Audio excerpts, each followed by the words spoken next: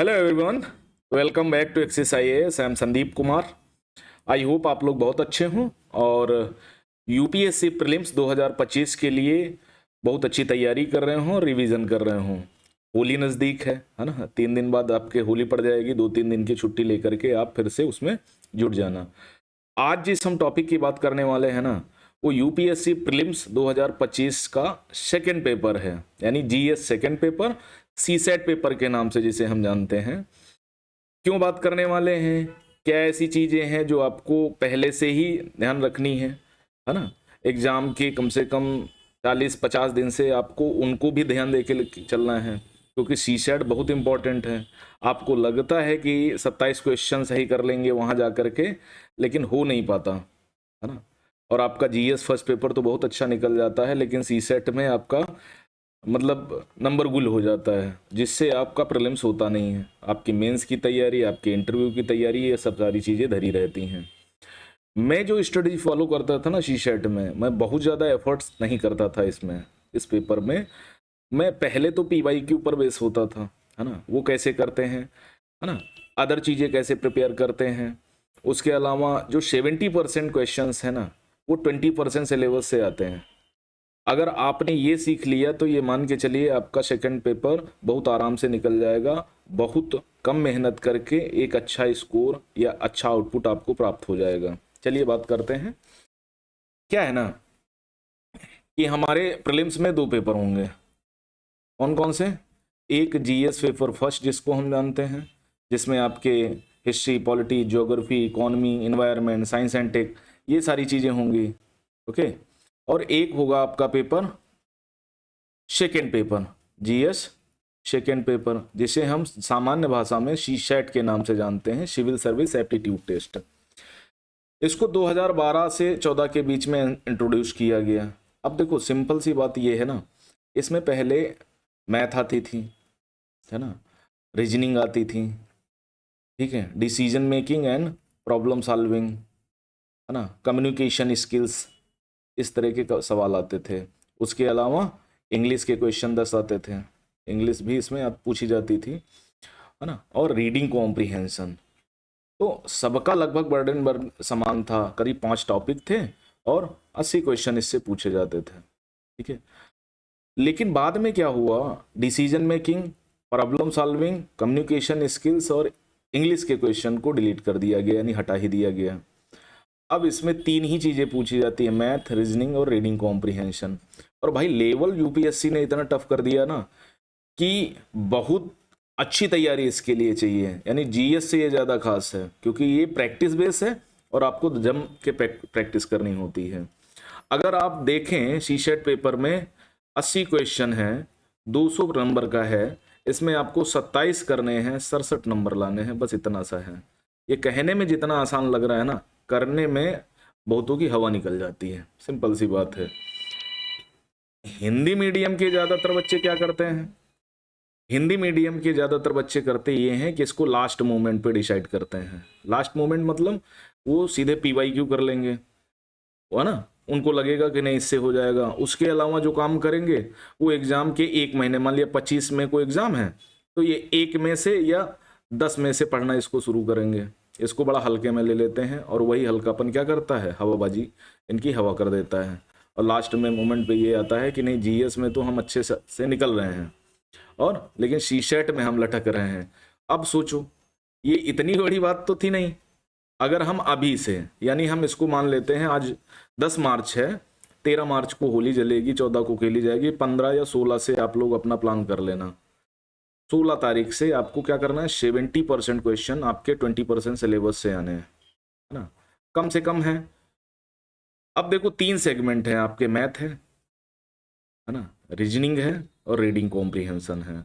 अगर सवालों का क्रम देखें, लगभग 25 से 30 क्वेश्चन इससे पूछे ही जाते हैं हर साल, ठीक है। 17 से 18 क्वेश्चन हर साल रीजनिंग से पूछे जाते हैं और लगभग 25 से 30 क्वेश्चन के बीच में आते हैं आपके रीडिंग कॉम्प्रिहेंशन से, ठीक है। 30, 60, 20, 80, लगभग 80 क्वेश्चन, क्या 80 क्वेश्चन ही आते हैं। अब कुछ क्रम बदल सकता है, हो सकता है 32 क्वेश्चन मैथ से आ जाए, रीजनिंग से 20 क्वेश्चन आ जाएं और रीडिंग कॉम्प्रिहेंशन से कम पड़ जाएं। अमूमन हिंदी माध्यम के बच्चे जानते हो क्या करते हैं, वो रीडिंग कॉम्प्रिहेंशन को तबीयत से तैयार करके जाते हैं, उसी पे वो प्रैक्टिस करते हैं। यानी 25 क्वेश्चन है तो वो 25 के 25 करेंगे। Tough level, moderate level, easy level वो कुछ ध्यान नहीं देंगे, वो सीधे क्या करेंगे, 25 करने का प्रयास करेंगे, जबकि ऐसा नहीं करना है। अभी हमारे पास सफिशिएंट टाइम है, ठीक है। अभी हमारे पास, आज हम 10 मार्च मान लेते हैं, और 10 मार्च से लेकर के 25 मई के बीच में हमारे पास बहुत अच्छा टाइम है। पर डे हम क्या करें, 1.5 से 2 घंटे हैं, ठीक है, इसको देना स्टार्ट करें। खासकर मैथ के जो प्रमुख टॉपिक हैं, जैसे पजल हो गया, ठीक है, और नहीं, नंबर सिस्टम हो गया, परसेंटेज हो गया, time and speed, distance, data sufficiency, LCM, HCF, ratio, proportion, इनसे ठीक ठाक क्वेश्चन पूछे जाते हैं। ये मान के चलो 10-12 क्वेश्चन आपको यहाँ से मिल ही जाने हैं, है ना, इसमें कोई डाउट नहीं। 10-12 क्वेश्चन, इन 25-30 क्वेश्चनों में 10-12 क्वेश्चन तो ऐसे होंगे जो इजी टू मॉडरेट टाइप के होंगे, जिनमें आपको एफर्ट मारने हैं। अगर इस 10 क्वेश्चन आपने किए और आपके 7 क्वेश्चन 6 क्वेश्चन सही हो जाते हैं, तो बाकी आप 2 सेक्शन से 20-25 क्वेश्चन तो आराम से सही कर ही लोगे। फिर दूसरा नंबर आता है रीजनिंग का। रीजनिंग क्या है, बच्चे देखो 2 टाइप के होते हैं। पहला, एक को मैथ बहुत अच्छी आती है, साथ में रीजनिंग भी ठीक ठाक आती है। एक वो है जिनको मैथ तो बिल्कुल नहीं आती, लेकिन रीजनिंग बहुत अच्छी आती है। और रेयर में ऐसा कोई मिलेगा जिसको मैथ और रीजनिंग दोनों ही नहीं आती होगी, है ना, क्योंकि रीजनिंग के लिए माइंडसेट अलग चाहिए, मैथ के लिए माइंडसेट अलग चाहिए। अब क्या करना है आपको, मान लिया मैथ में 30 क्वेश्चन पूछे गए, तो 10 क्वेश्चन इन्हीं नंबर सिस्टम से हो गया, परसेंटेज से हो गया, टाइम, स्पीड एंड डिस्टेंस से हो गया, डाटा सफिशिएंसी, ठीक है, सफिशिएंसी, डीआई से हो गया, एलसीएम, एचसीएफ से हो गया, रेशियो प्रोपोर्शन वगैरह से आपको 10 क्वेश्चन निकालने हैं, और आपको दबा के प्रैक्टिस करनी है। कम से कम 1000-1500 प्रश्नों की प्रैक्टिस कर डालो आप, है ना, कॉन्सेप्ट समझ लो, फार्मूला समझ लो, और आपके आराम से 10 क्वेश्चन इधर हो जाने हैं। आप बहुत अच्छे भाग्यशाली रहे तो ये मान के चलो, अपने मान लिया 15 क्वेश्चन इससे अटेम्प्ट किए और आपके 10 क्वेश्चन सही हो गए या 9 क्वेश्चन सही हो गए, तो आपके लिए बेनिफिशियर रहेगा। उसके बाद सेकेंड टॉपिक आते हैं रीजनिंग। रीजनिंग देखो बहुत टफ नहीं आती, लेंथी रीजनिंग आती है यूपीएससी में। टफ होने का मतलब होता है कि क्वेश्चन निकल ही नहीं रहा है, ऐसा क्वेश्चन सामने आ गया कि आपने कभी देखा ही नहीं होगा। जनरली क्या है, पजल वाले क्वेश्चन इसमें आ जाते हैं, स्टेटमेंट कंक्लूजन वाले क्वेश्चन आते हैं, रैंकिंग, सिटिंग अरेंजमेंट वगैरह के क्वेश्चन पूछे जाते हैं, ब्लड रिलेशन, है ना, सिलोगिज्म, वेन डायग्राम, है ना। तो इस तरह के करीब 8-10 टॉपिक हैं जहां से मान के चलो 12 से 15 क्वेश्चन पूछे जाते हैं। बस इन्हीं 8-10 टॉपिक मैथ के, 8-10 टॉपिक रीजनिंग के, इन पे बढ़िया प्रैक्टिस कर लो भाई। कम से कम 20 क्वेश्चन बहुत आराम से आप कर लोगे, आपको बहुत ज़्यादा बर्डन नहीं होगा, आपको बहुत ज़्यादा स्ट्रेस लेने की आवश्यकता नहीं पड़ेगी। बस ये 15 से 20 टॉपिक ऐसे हैं जहां से, या मान के चलो, आपको पास मार्किंग के लिए बढ़िया नंबर मिल जाएंगे बिना किसी एफर्ट्स के, ठीक है। उसके बाद आता है रीडिंग कॉम्प्रिहेंशन। अब यूपीएससी जानते हो साल दर साल क्या कर रहा है, रीडिंग कॉम्प्रिहेंशन को टफ करता चला जा रहा है, पैराग्राफ की लेंथ बढ़ाता जा रहा है, और क्वेश्चन का जो फार्मूला है ना, वो किसी एक कॉम्प्रिहेंशन में एक ही डालता है या मैक्सिमम 2 डाल देता है। रेयर में मिलेगा कि आपको 3 क्वेश्चन उसने डाल दिया, रेयर में मिलेगा कि उसने 3 क्वेश्चन को डाल दिया, ठीक है। अब जब 3 क्वेश्चन को डाल दिया तो इसका सीधा सा मतलब क्या हुआ कि वहां पर बेनिफिट मिल सकता है, मिल सकता है कि नहीं मिल सकता है। तो इसलिए रीडिंग कॉम्प्रिहेंशन में जितना आप, मान लिया 25 क्वेश्चन आए और आपने 25 अटेंड किए, तो ये मान के चलिए 10 क्वेश्चन तो सीधे सीधे आपके गलत ही होंगे, क्योंकि जो टीचर, जिसने उस पैरा को बनाया, जिसने वो स्टेटमेंट लिखा, वो स्टेटमेंट का आशय उसके हिसाब से कुछ और होगा, आपके हिसाब से कुछ और निकलेगा। ये अपनी अपनी अंडरस्टैंडिंग की बात होती है। तो रीडिंग कॉम्प्रिहेंशन में क्वेश्चन के गलत होने के चांसेस ज़्यादा होते हैं, लेकिन हम इनको सही कैसे कर सकते हैं, अगर हम इनको बढ़िया से प्रैक्टिस करें, प्रीवियस ईयर क्वेश्चन के पैटर्न को समझें, और जो शब्द हैं, है ना, हिंदी माध्यम में जो सबसे बड़ी बात फंसती है ना, वो शब्दों को लेकर फंसती है। जैसे तर्क संगत हो गया, निष्कर्ष हो गया, एजम्पशन हो गया यानी पूर्ण धारणा, ठीक है, विवेकपूर्ण निष्कर्ष हो गया, मुख्य विचार हो गया, है ना। तो इस तरह की चीजों को हम कैसे कंक्लूड करते हैं, कैसे समझते हैं।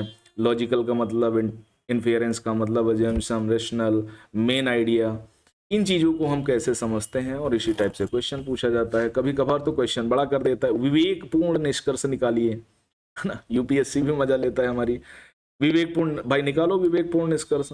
तो हो सकता है वो चीजें आपके लिहाज से कुछ अलग निकल रही हो और एग्जामिनर के लिहाज से कुछ अलग चीजें, कुछ अलग माइंडसेट के हिसाब से रखा हो। तो मेरा यही कहना है कि अगर आपको सीसेट को बहुत जेन्युइन तरीके से पास करना है तो आपको तीनों टॉपिक पे बराबर ध्यान देना है। 10-10, 12-12 क्वेश्चन ईच टॉपिक से आपको अटेंड करने हैं, और कोशिश ये करना है कि सारे क्वेश्चन सही हो जाएं। आ गई बात समझ में? तो एक तो ये काम कर सकते हो। दूसरा, बहुत सारे ऐसे लोग होंगे जिनका मैथ में एकदम उनको करने का मन नहीं लगता होगा, है ना। फिर भी भाई मैं आपको यही बता रहा हूं कि अगर बेशक आपका मन एक पैसे का नहीं लगता मैथ में, तो कम से कम 5 क्वेश्चन तो छांट लो मेरे भाई। अगर 5 क्वेश्चन छांट लोगे ना तो दुविधा खत्म हो जाएगी। बाकी बचे 22 क्वेश्चन सही करने हैं, आप कम से कम 8 से 10 क्वेश्चन यहाँ कर लो, यहाँ आपको बढ़ा लेना है ना। जो सेगमेंट आपका बहुत अच्छा है उस पे आपको क्वेश्चन बढ़ाने हैं, जो सेगमेंट बहुत खराब है वहां भी जो इजी टाइप के क्वेश्चन है उनको आपको टच करना है, उनको सही करना है, गलत नहीं करना है। टच करने का मतलब अंधा चुक्की लगाओ, ऐसा नहीं करना है। और रीजनिंग तो भाई मैं यही कहूंगा कि रीजनिंग में प्रैक्टिस कर लो यार, हो जाएगी, कोई दिक्कत नहीं है, ठीक है। और रीडिंग कॉम्प्रिहेंशन में आपको उन शब्दों के मीनिंग पता हो कि इन शब्दों का सीधा सीधा अर्थ क्या होगा। अगर क्वेश्चन घुमाएगा तो हम कैसे समझेंगे, कॉन्सेप्ट समझ लो मेरे भाई। अगर एक बार आपने कॉन्सेप्ट समझ लिया ना तो यूपीएससी का सीसेट पेपर आपके लिए बड़ा आसान हो जाएगा। और नहीं वही होगा कि ढाक के 3 पात रह जाएंगे, आप तैयारी करते रहोगे, साल दर साल निकलते जाएंगे, आपका प्रीलिम्स क्लियर ही नहीं होगा। जनरली लोगों का ज़्यादा ऐसा ही होता है कि वो उन चीज़ों पे फोकस ही नहीं करते जिन चीज़ों को लोग करके प्रीलिम्स निकाल लेते हैं। तो आप अगर ऐसा करेंगे ना तो चीज़ें आपके हाथ से गड़बड़ हो जाएंगी। तो वो गड़बड़ नहीं होने देना है, आपको बहुत अच्छे प्रकार से प्रिपरेशन करते हुए आपको जाना है, आराम से, कोई दिक्कत नहीं है। बस आपको पर डे 1 से 1.5 घंटे 2 घंटे जितना भी आप ठीक ठाक दे सकते हैं उसको करना ही करना है। तीनों टॉपिक पे कम से कम 10-10 टॉपिक ऐसे हैं जहां पर आपको फोकस करना है। रीडिंग कॉम्प्रिहेंशन में जो मैं बार बार कहता हूं ना कि नहीं इन पे बेस होके मत जाइए कि नहीं सिर्फ रीडिंग कॉम्प्रिहेंशन कर लेंगे अपना तो हो जाएगा। 90% स्टूडेंट इसी में फेल हो जाते हैं कि वो रीडिंग कॉम्प्रिहेंशन तो उनका बढ़िया था, लेकिन वहाँ जो गद्यांश है ना, जो जो स्टेटमेंट दिया ना इतना टफ कर दिया कि समझ ही नहीं आ रहा है कि पूछना क्या चाहता है, और वो वहां के गच्चा खा गए। कुछ तो ऐसे हैं कि जो 65 और 67 के बीच में लटक गए कि यार एक क्वेश्चन अगर ऐसा हो गया ना तो मेरा बेड़ा गर्क हो जाएगा, या एक क्वेश्चन हो गया सही तो मेरा बेड़ा पार हो जाएगा। तो ये एक चीज हो गई। आगे एक बात समझ में, तो इतना कर लेना है, सिर्फ रीडिंग कॉम्प्रिहेंशन के भरोसे आपको नहीं जाना है। अभी आपके पास सफिशिएंट टाइम है, आप अच्छा टाइम लगा के आप अपना आउटपुट बदल सकते हो। सॉरी। और आउटपुट नहीं बदलोगे ना तो भाई रिजल्ट पॉजिटिव नहीं आएगा, आप चाहे जितना दम लगा लो जीएस फर्स्ट पेपर पे।